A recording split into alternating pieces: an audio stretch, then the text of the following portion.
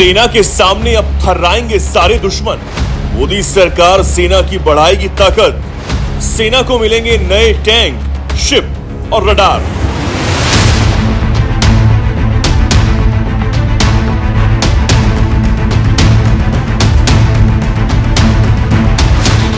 चीन के साथ बॉर्डर पर चल रहे तनाव के बीच मोदी सरकार तीनों सेनाओं की ताकत में इजाफा करने जा रही है। रक्षा मंत्रालय कई अहम प्रोजेक्ट्स शुरू करने वाला है ताकि तीनों ही सेनाओं को हर तरीके की व्यवस्थाओं से लैस किया जा सके। अत्याधुनिक हथियार भी सेनाओं को देने की तैयारी है जिससे दुश्मन को मुंह तोड़ जवाब दिया जा सके। रक्षा मंत्रालय प्रधानमंत्री नरेंद्र मोदी के विजन के साथ सेना को ऐसी ताकत से लैस करने जा रहा है जिसके बाद दुश्मन देश हमारी सेना से टकराने से पहले एक या दो बार नहीं 100 बार सोचेंगे। यात्राएं दिगंत है, समंदर और चुनौतियां अनंत है।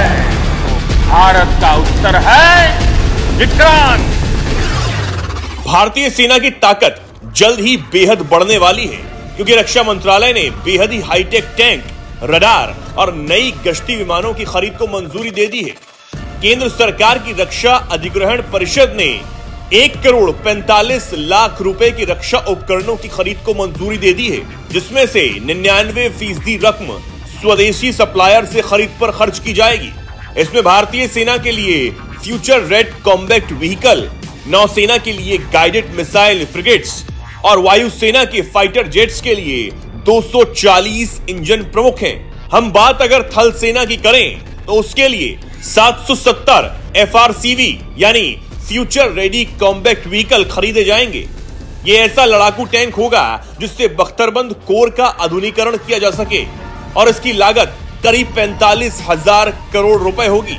ये व्हीकल बेहद हाईटेक से लैस होते हैं जो कई हथियार प्लेटफॉर्म के रूप में काम कर सकते हैं। सेना फिलहाल T-90, T-72 और अर्जुन टैंकों से अपना काम चला रही है। वहीं ये FRCV अब पुराने पड़ चुके T-72 टैंक्स की जगह लेंगे।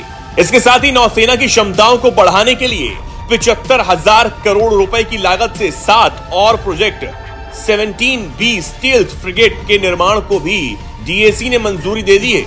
इसके साथ ही विमान वाहक पोत INS विक्रांत के लिए 26 राफेल M लड़ाकू विमानों के अधिग्रहण का रास्ता साफ हो गया है। इन 2 इंजनों वाले डेक बेस्ड लड़ाकू विमानों के सौदे की अनुमानित कीमत लगभग 50,000 करोड़ रुपए है। ये सभी नीलगिरी क्लास फ्रिगेट्स के युद्धपोत होंगे। Mazagon dock ship builders, Garden Reach ship builders, Goa shipyard, Larsen and Toubro जैसी कंपनियां बनाएंगे। फिलहाल मझगांव डॉक और Garden Reach ship builders and engineers project 17A यानी P-17A के तहत नीलगिरी क्लास की ही फ्रिगेट्स बना रहे हैं। 7 जंगी जहाज बनाए जा रहे हैं।